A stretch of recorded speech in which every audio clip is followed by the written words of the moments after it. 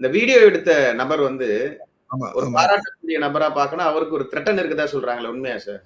அவருக்கு த்ரெட்டன் இருக்கிறது உண்மை. இன்னைக்கு ஜுடிஷியல் மேஜிஸ்ட்ரேட் என்கொயரியில அவரை சம்மன் பண்ணியிருக்காங்க.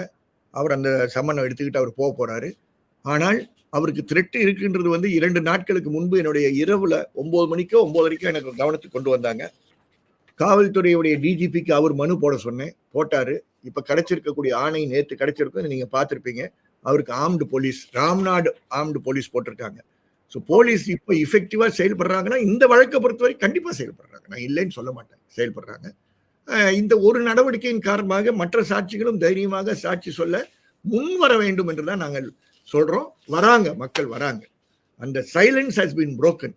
அந்த சைலன்ஸ் பிரேக் பண்றதுக்கு காரணம் நாங்கள் அல்ல, நீதிமன்றம் கொடுத்த நம்பிக்கை என்பது. நீதிமன்றத்துக்கு நாங்கள் நன்றி சொல்ல கடமைப்பட்டிருக்கிறோம். இப்படி ஒவ்வொரு வழக்கிலும் நீதிமன்றம் நம்பிக்கை கொடுக்கக்கூடிய செயல்பாட்டில் இறங்கினால் எவ்வளவு உண்மைகள் வெளியே வரும் என்று பாருங்கள். அவ்வளவு உண்மைகள் வெளியே வரும்.